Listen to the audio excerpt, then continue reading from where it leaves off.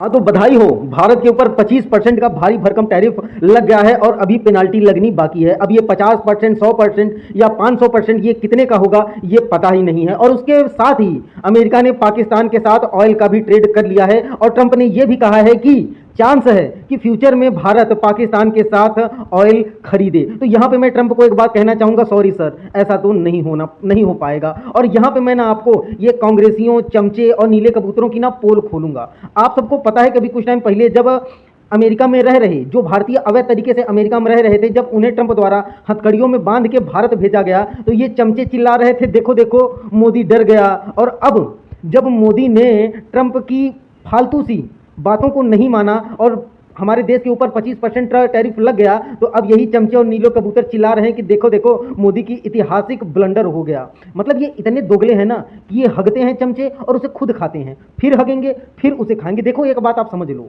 भारत कितना भी निगोसिएशन कर ले, कुछ भी कर ले, भारत के ऊपर 15 से 20% का टैरिफ वो तो लगना तय है। अरे जब वो लगना तय है तो 5% और सही। मतलब भाई जब तुम अपना सातवां बेड़ा लेके पाकिस्तान के साथ, चीन के साथ हमारे ऊपर अटैक कर रहे थे तो हमारे साथ खड़ा कौन हुआ था? रूस। तो हम उसके साथ क्यों छोड़ें? तुम्हारे जैसे दोगले के चक्कर में तुम तो अपने प्रॉफिट के लिए कभी भी हमारी मार दोगे। और ये बात दुनिया जानती है कि ट्रंप एक ऐसा सपोला है, वो कब किसको डस ले पता नहीं। और ट्रंप से तो पूरी दुनिया परेशान है। आप यूरोपियन यूनियन को देख लो, उस बंदे ने उनके ऊपर भारी भरकम टैरिफ ठोक दिया। मतलब वो अगर अमेरिका में कुछ भी बेचेंगे तो उनके ऊपर भारी भरकम टैरिफ लगेगा, और अगर अमेरिका उनके देश में बेचेगा तो अमेरिका के ऊपर कोई टैरिफ नहीं लगेगा। और जापान में भी यही हाल है। हालांकि जापान के लोग तो कह रहे हैं कि भैया ट्रंप ने हमें चूतिया बना दिया, ऐसे कौन ट्रेड डील करता है। तो यहां पे देखो भारत नहीं झुका।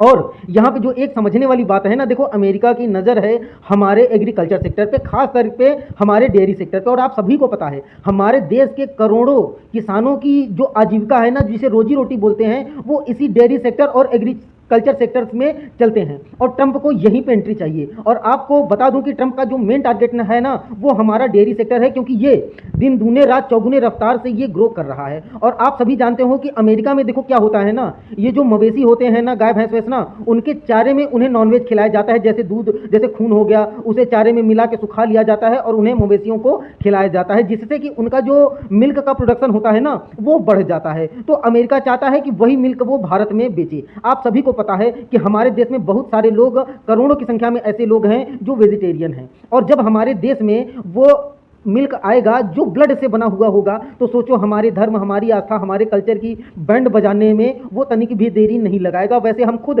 अपने देश के अब्दुल से परेशान हैं, जो आए दिन जूस में बाथरूम मिला देता है, खाने में थूक देता है। तो पहले हम इनसे निपट लें, फिर अमेरिका से निपट लें। और एक बात देखो, समझदारी से समझो भाई, कुछ भी कर लो ट्रंप टैरिफ लगाएगा, क्योंकि ट्रंप ना इस समय वो ऐतिहासिक ब्लंडर कर रहा है। समझ रहे हो ना?